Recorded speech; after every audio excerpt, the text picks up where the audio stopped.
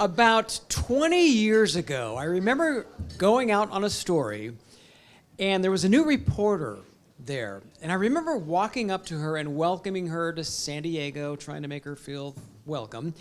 And one thing about me is that I'm terrible with names. You could tell me your name, and I would forget your name 5 minutes later. And such was the case on that day.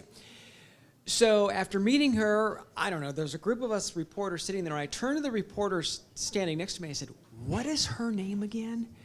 And she's like 2 people away, and she reaches out and says, "It's Marcella." Needless to say, I've never forgotten Marcella's name since. And all of these years later, it is a pleasure to call Marcella Lee a friend. Up next, please welcome a man with several Emmy Awards on his mantle, Carlo Cecchetto. I think the last time I saw you, Carlo, we were both getting a bucket of ice poured over our heads. And not a hair out of place for you. I look like a mess. Carlo is the evening anchor at CBS 8 here in San Diego since 2008, and for the past 5 years, the trusted co-anchor, supportive teammate, and true friend of our next inductee, Marcella Lee.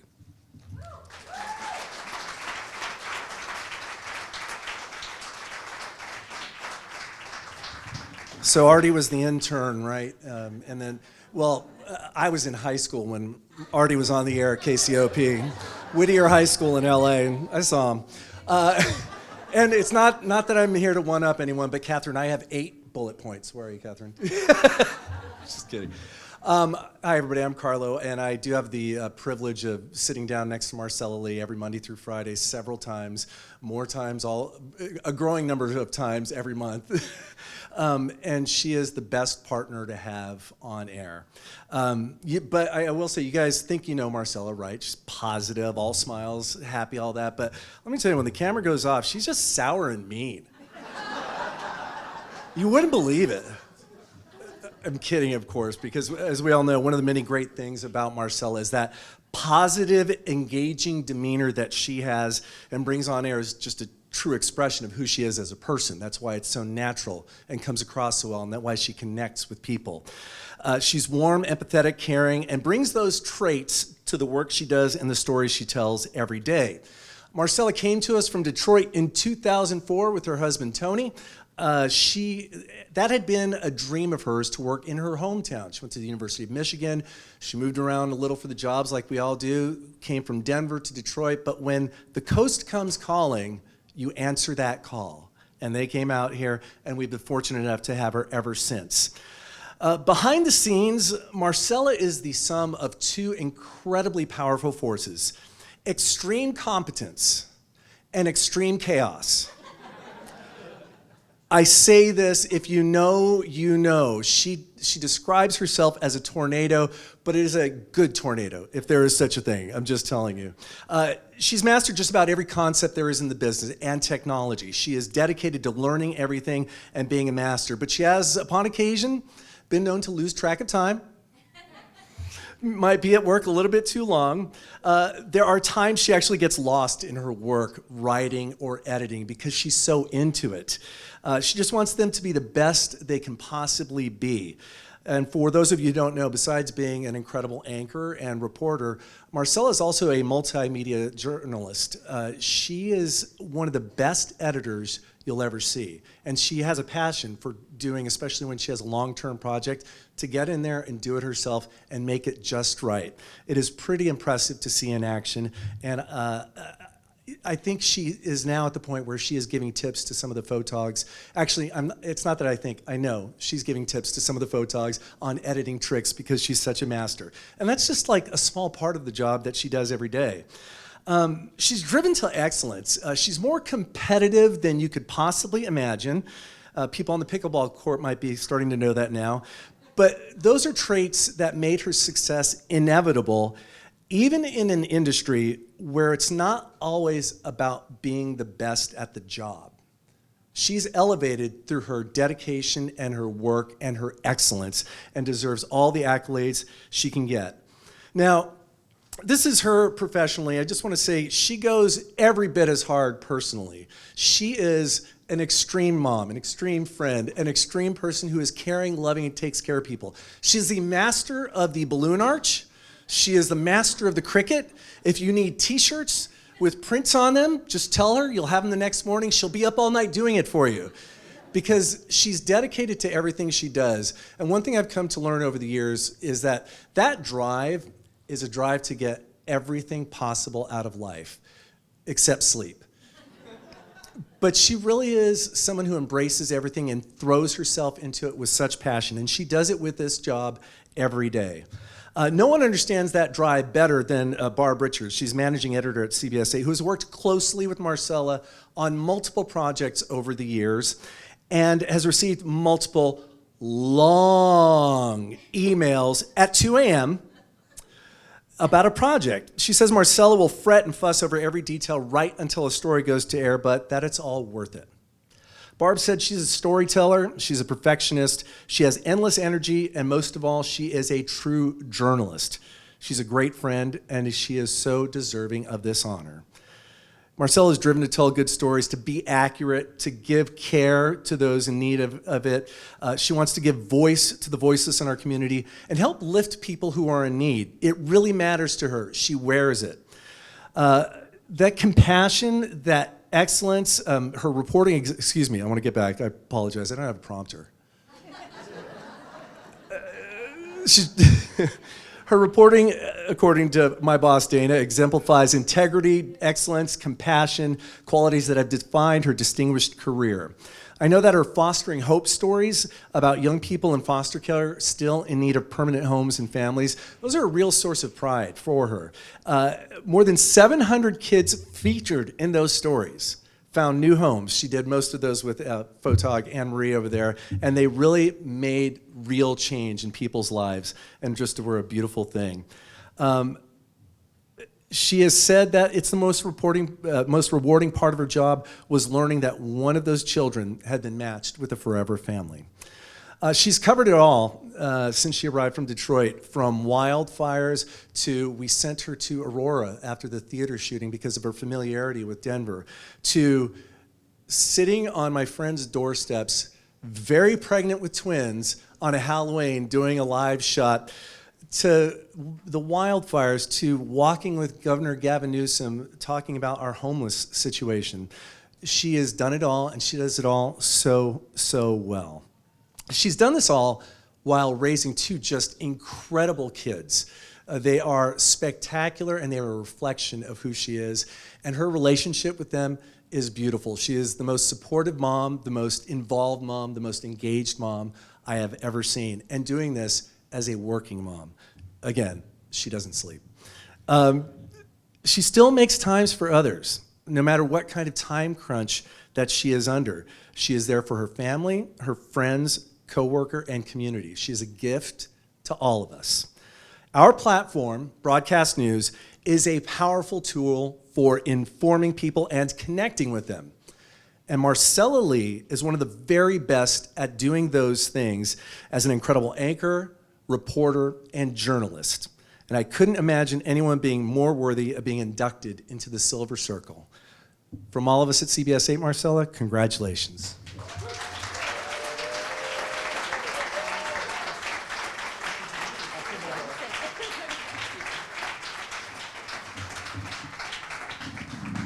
I stand on a box when I stand next to Carlo at the station.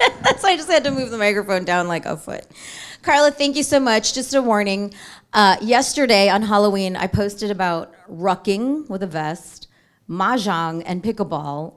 And I was thinking that I'm like going through some menopausal midlife crisis. I was sad that I wasn't like going home to trick or treat with my kids. And just to be inducted here in such an amazing group of esteemed Silver Circle fellow inductees, it's like, wow, we've been here a really long time, you know? We've made it. So, and I'm number 5, so I've had 2 glasses of wine, so just, I apologize. So as Carlo mentioned, I do always kind of work up to the deadline, and they affectionately, yes, it's like I'm a tornado just flitting around. And so Artie, in the beginning, I was like, was the last minute. You were so kind. Artie called me yesterday, asked me how I was feeling, and I said, I don't really know what to write about. You know, we as journalists, we tell other people's stories. Like, it's kind of humbling to stand up here and talk about my story, but Artie gave me the best advice, and he said, just speak from the heart. So here I go. It really is a big honor to be here today among my fellow Silver Circle inductees and alongside our incredible Gold Circle honoree, Lee. That's just 50 years. It's just amazing. What a career and legacy you've had. Congratulations. And I do have to admit that being inducted into the Silver Circle has been a career dream of mine. It really has. I've attended a few of these luncheons through the years, watching my colleagues get honored, and I sit out there thinking, wow, 25 years, that is a long time. Will I ever make it to 25 years? I was hoping that I would, and so here I am. It's just incredible. You know, when I first got into this business, people told me that I was too nice for news. Oh, you're too nice. How are you going to get it, you know, the story? And so I worried about that for a little bit, but then over the years I learned that being compassionate isn't a weakness. It's what has allowed families to trust me with their stories, people in their lowest of lows or their highest of highs, vulnerable in the moment, trusting me to share and sharing their heart to San Diegans. That trust is something I carry with me every day. But I'm sure everyone can relate. Those early days were tough. I was a one-man band, so in Lansing, Michigan, making $5 an hour in 1993. I was still a student at the University of Michigan in Ann Arbor, so 3 days a week I drove 70 miles to Lansing, Michigan, enemy territory at Michigan State, to work. And doing it all, you know, we've all done it. You're a photographer, editor, writer, producer, back timing, trying to do that math with the 60 seconds. It's just crazy. Now they have like AI and computers to do that, which is wonderful. But I even set up those big live trucks with the mast, like all by myself once. I remember being so nervous. They were like, all right, do you have the shot in? I was like trying to tune it in. And those days were really long, and about a year later, I wanted to quit.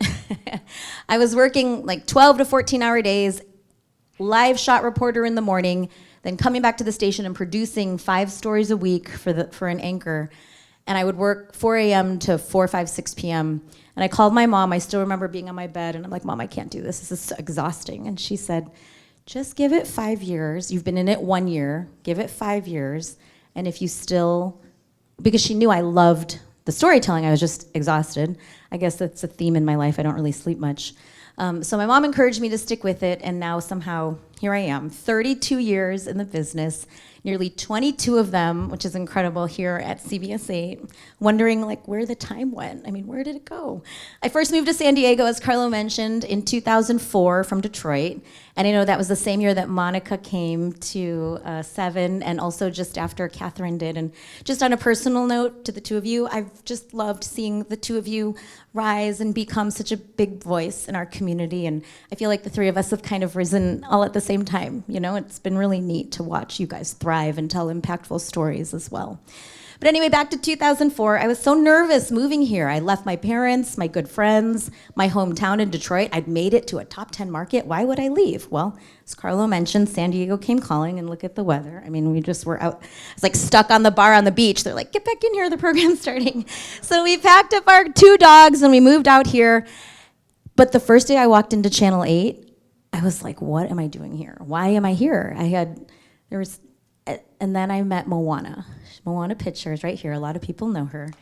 She took me into her office, and she showed me how to use ENPS. She taught me how, she was this calming person, taught me how they do things here. And she had just returned from breast cancer surgery, so you had an extra calm about you. And I just remember crying in her office, complete stranger, and just thinking, I made the right decision, everything's gonna be okay. Because you know, nobody likes to change. You don't like to change your routine. I was so comfortable in Detroit. And I remember just kicking myself, like, why am I here in San Diego? And then Moana, you made it all better. And so I'll never forget your kindness. And I was in the audience when you were inducted into the Silver Circle in 2013, along with Artie, same class. And now you're here supporting me. And so in the theme of the circle, I feel like we've come full circle. So thank you for being here for me. Over the years, I've had the privilege of telling thousands of stories that have made me and our viewers laugh, cry, and feel deeply connected to each other and to our community.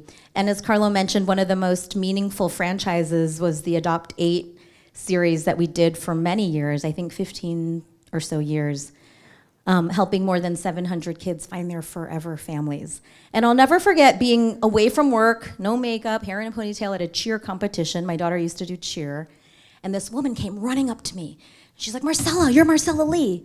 And I said, yes. And she said, you are the reason that I have my son. And I was like, huh? Like, couldn't really, I was like, well, who's your husband? Like, I don't know, like, what is happening right now?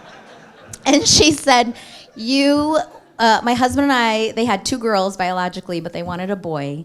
And they said, why don't we add a boy to our family through adoption? And they were gonna go through international adoption, but that would require them to leave the country for a whole month. And they couldn't do that with their work schedule. So she said, we saw you do an Adopt 8 story, and we thought, why don't we adopt from our own backyard? So she said, we went to the classes, we saw that there was a need for older kids. And so she said, 4 years ago, 4 years prior to me meeting her, they adopted a 5-year-old. He was now 9. And she said, we're just so happy that that our family came together and our family expanded the way it did because of us seeing a news story. And that just touched me because, as Carlo mentioned, I would always get happy when I would hear from the social worker, oh, Brittany, the little girl that you featured in May, she found her forever home, because those are kids I knew. But that made me realize there's countless other kids that I had never even met in the system. And because of our stories and our platform, it encouraged families to adopt. And I want to give a shout out to our incredibly talented photojournalist, Anne-Marie Spalding, who's here today. She was there from the beginning of Adopt 8, and it was truly her passion. Anne-Marie, say hi. I know you don't like the limelight. But Anne-Marie, and she said she didn't mind me sharing, was also adopted.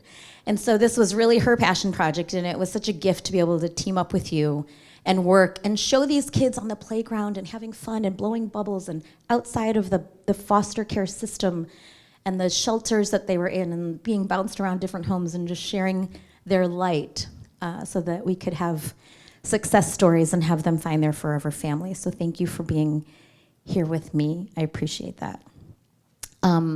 So those were really fulfilling, but maybe many of you know that the most difficult story that I've told is, like I said, I'm used to telling other people's stories, but a few years ago, I shared about my mom's journey with Alzheimer's and our family's journey to care for her because she lived with us.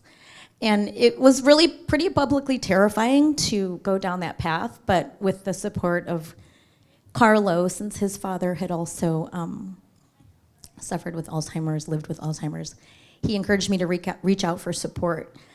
It's been a really emotional week. I'm sorry, and the wine is just making things worse. But yesterday, Halloween was always my dad's favorite holiday. He's passed, so that was Halloween. And then my mom, her anniversary death is this coming Thursday, so it's been 2 years. And so I've been just really thinking a lot about my life. And as Artie mentioned, we go, go, go, go, go. And it was really nice for me to preparing this speech, to kind of stop and think about the impact that we actually have as journalists. Everyone has a job, but our job really impacts people far beyond our reach that we don't even know. Something that we said or reported on could actually be transforming for a stranger that you've never even met. So I appreciate Dana, my boss, kind of forcing me to do. She's like, oh, for the November ratings period, we've got you doing a story on Alzheimer's. And I was like, what? No, I don't. I was trying to hide from it. But it prompted me to reach out to Alzheimer's San Diego, and they have so many resources. And I started a Facebook public support group, a closed group where people could share about their just struggles and challenges. And it's really been healing for me and for other people as well. So there's so much good that comes out of what we do as journalists. And my mom and dad, I know, would be very proud of me to be here today. I feel their spirit. And now as a mom myself, I am married to a husband named Tony. We just celebrated our 25-year silver anniversary, so kind of a theme of 2025, the silver. But he's not here, and we have twins that are 19, and they're not here. And so about a week ago, I started feeling really sorry for myself when we were making the table arrangements, and we're like, who's gonna be here? And I'm like, oh, gee, nobody from my family's gonna be here. Because as a mom myself, we're all selfless, right? And so this was a big weekend that we had already planned 6 months ago to go to the University of Michigan, go to the Purdue-Michigan game, yay. We had tickets, it's a big family reunion. And my husband's like, I'll stay. And I said, no, you go, because I'm, selfless. You go be with our son, you go enjoy the game, and then my daughter, she's like, well, Mom, I would come home, because she's just shorter flight from Berkeley, but I have big midterms Monday and Tuesday. You stay at school, you study. But then last week I was like, why did I tell them to all stay away? I'm really sad that they're not gonna be here, but they're here, they're watching. On FaceTime, so thank goodness for technology. There they are, hello, I love you. And I absolutely do have family here. These two young men are my nephews, and my cousin Debbie and her husband Paul. They heard my sob story where I was like, why did I tell my family they didn't have to be here? And they packed up their car on Henry's birthday and drove down from Irvine so that they could be here with me today and represent our family. So thank you so much. I want to also thank my dear friends who are at my table. You've been so supportive of my career, listening to me. I'm like, my story is 8 minutes. I need it to be 4 minutes. Can you listen to it and tell me what's not really necessary? It could go in the digital version instead. So they've listened to me talk about my long form stories I need to cut. And they've talked to me, listened to me talk about, like, should I move off weekends and take the 10 p.m.? I mean, just through the last 22 years here have been real big supporters. One friend will text me and be like, your hair is like sticking, in the IFB and your hair, the men don't have this, you're like with the cord and the hair is like sticking out. She's like, your hair is sticking straight out on the sides. I was like, oh gosh, and commercial break, put it down. So thank you for your support in making me look good all these years. And to my work family. See, I have family here, this whole table of love. You also always work to make me look good. I can't say enough about my co-anchor, Carlo. You're so funny, you do great dad jokes, you're so encouraging. And your commitment and dedication to news after all these years is really impressive. I mean, he comes in every day and makes sure that all the scripts are good and everything's factual and everything's, which we should all be doing, right? But you just are such a good partner to have, and you're so uplifting. I really appreciate you. And Carlene, you're just nicknaming me the tornado in your meteorological forecast. I'm happy to be the tornado in the news set, but you're just so kind and calm, and you help me every day with your enthusiasm. Really appreciate it. Janice, sitting next to Carlene, he's cheered me on for years. Even before you knew you were going to work at Channel 8, you were a supportive viewer. Randomly met you prior to that, and now you're our amazing HR leader. And you also touched my heart because you too cared for your mom in your home. I know that's a really hard thing to do. Barb Richards, who Carlo mentioned also, we've been in the trenches together for 22 years. You're like my captain. You're like, this is my vision, and I'm like, yes, ma'am. And we go create really awesome news projects. I appreciate your advice through the years. It's really been a great friendship that has evolved. Tim O'Brien, you're amazing. Things are crazy, things are breaking, and I'm like, Tim, I need your advice. He listened. You'd have been a good judge. You're very calm. He brings calm to my chaos, so thank you for your advice. Through the years as well, and then my most heartfelt thank you to my boss, Dana. I love you. I'm sorry, I'm so emotional. She's our director of content, and you really, when she started in 2019, I was actually thinking about getting out of the business and quitting, and she's like, no, you can't. Look at this, and we can do that, and we can. And I was like, oh yeah, we can do all this. And so many amazing things have happened in my 22 years, but in the last 6 years since you've been there, you just have such great vision and creativity. The Alzheimer's Project, the Blue Angels flight, the Asian Pacific American Heritage Month, 13 stories honoring the AAPI community with Barb. Our team just did such an amazing series of stories on the AAPI community, who I feel has been marginalized. Since I've started working here 22 years ago, we didn't even acknowledge that the Lunar New Year was happening. I was like, can we just put the VO of the fireworks in Hong Kong? And they're like, oh, we don't really have time for that. So I just appreciate you supporting me in representing our community. And of course, along with Alberto promoting me to weekday anchor a handful of years ago, I really appreciate that. Every single one of you has shaped my career. A lot of you I've met out on the scene, pounding the pavement as field reporters.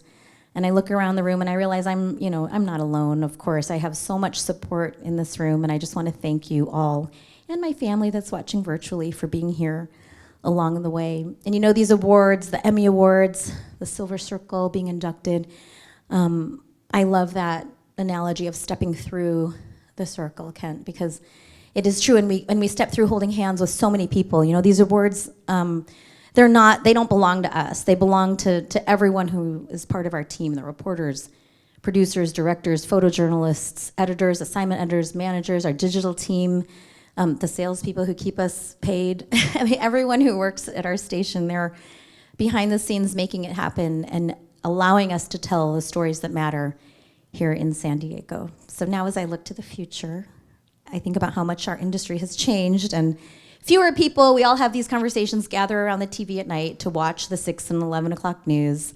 They're all on their phones, streaming little bits and pieces these days.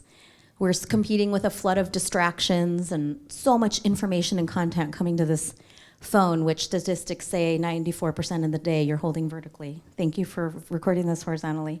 I don't know how anyone's ever gonna watch it, because they'll be like, meh. But I think all of us agree that local news still matters. We gather the facts, we dig for the truth, we speak for people, give them a voice, and we tell our stories to the community. And so while the platform may change, and the way we watch our vertical videos change, our purpose, stays the same. And so today, as I stand here and looking back, having some tears, but also looking ahead, I just feel immense gratitude for having been part of this community. For years I've had the privilege of telling other people's stories, and today I thank you for allowing me to share a bit of my story and how my story has kind of come full circle, and to my mom, who encouraged me to last 5 more years. I made it 32. So thank you, Mom. Congratulations again to all my fellow inductees. I have immense respect for all of you, past and present. And to the National Academy of Television Arts and Sciences, thank you for hosting such a beautiful day. It's just gorgeous. And for hosting this event, it is truly a humbling honor. Thank you.